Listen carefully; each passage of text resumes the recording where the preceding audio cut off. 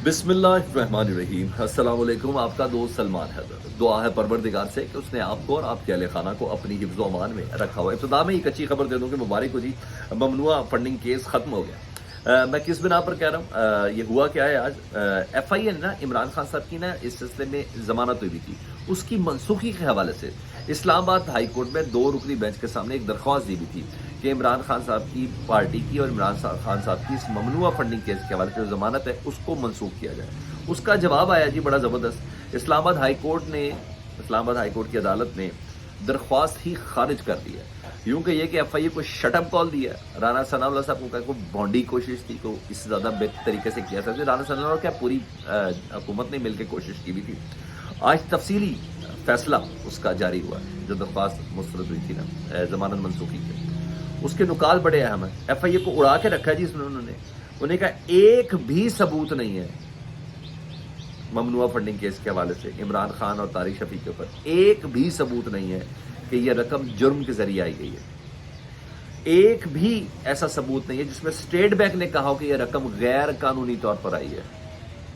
हर चीज by the book थी जो पार्टी को रन करने के लिए फंडिंग हुई थी दुनिया भर से। ठीक है, उन्होंने कहा FIR में लगाए तमाम इल्जामात का इमरान खान और तारिक शफी से कोई ताल्लुक नहीं है। इस्लामाबाद हाई कोर्ट के मौजूद जजेस कह रहे हैं तमाम इल्जामात का किसी का ताल्लुक इमरान खान से नहीं है, ना ही इमरान खान के किसी भी बैंकिंग डॉक्यूमेंट में किसी किस्म के कोई दस्तखत है। जस्टिस मोहसिन अख्तर कियानी और जस्टिस तारिक महमूद जहांगीरी साहब ने ये फैसला दिया कि इमरान खान साहब की जो जमानत मनसूखी के वाले आपके बताएं, इस केस में जान ही नहीं है, सबूत ही नहीं है। ये मुकम्मल सियासी केस है। ये मुकम्मल इमरान खान को इंतखाबात से बाहर रखने के लिए ये मुकम्मल तौर पर केस इस ग्राउंड पर बनाया गया कि इमरान खान को नाअहल करवाया जा सके। कोई ऐसा तरीका जाए कि करप्शन तो साबित हो नहीं रही, मामला तो हो नहीं रहा, इलेक्शन भी 100 जूते और 100 गंडों के साथ इनको कराने पड़ेंगे।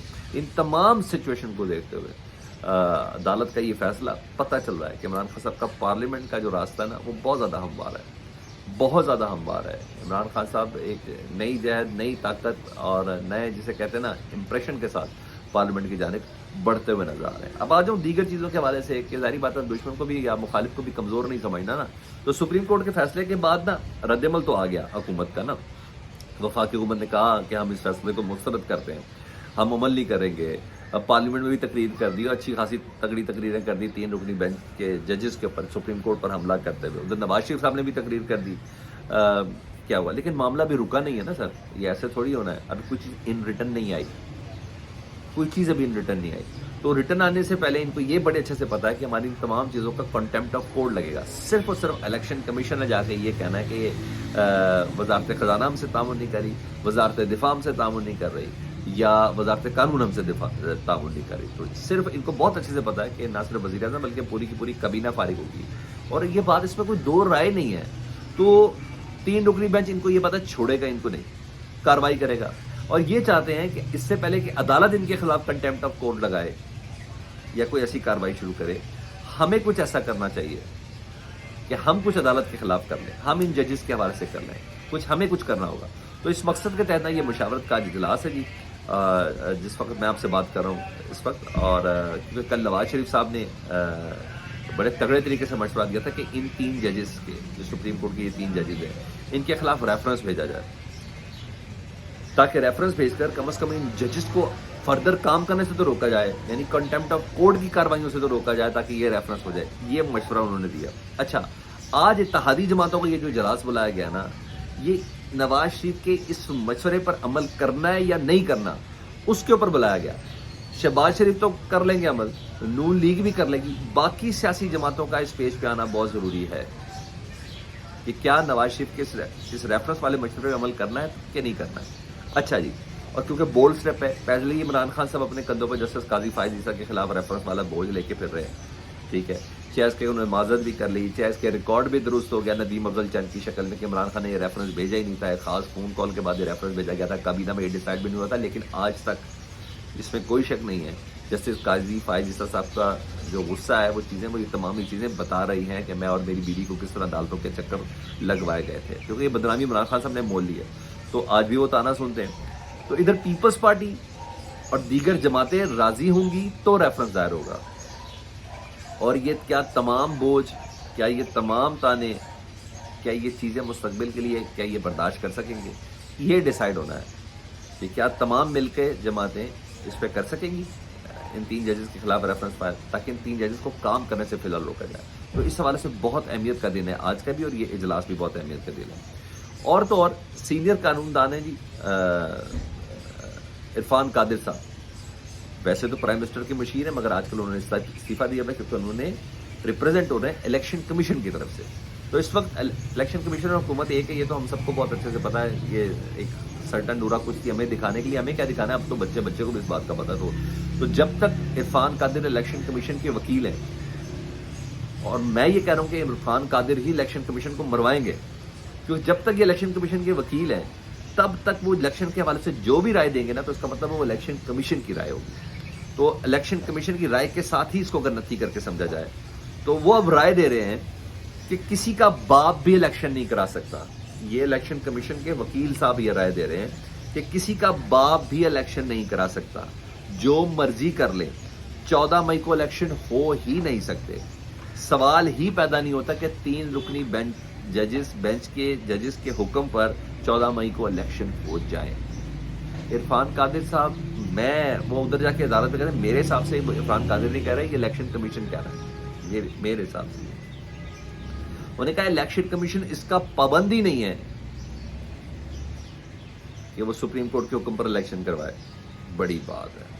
انہوں نے کہا یہ فیصلہ ہی آئین کے خلاف ہے 3 رکنی ججز کا، نہ قانون میں ہے کہ سپریم کورٹ الیکشن کی تاریخ دے۔ سپریم کورٹ نے الیکشن کی تاریخ نہیں دی، انہوں نے ٹینٹیٹو ڈیٹ بتائی کہ ان میں سے کوئی ڈیٹ سن لیں، ٹھیک ہے جی۔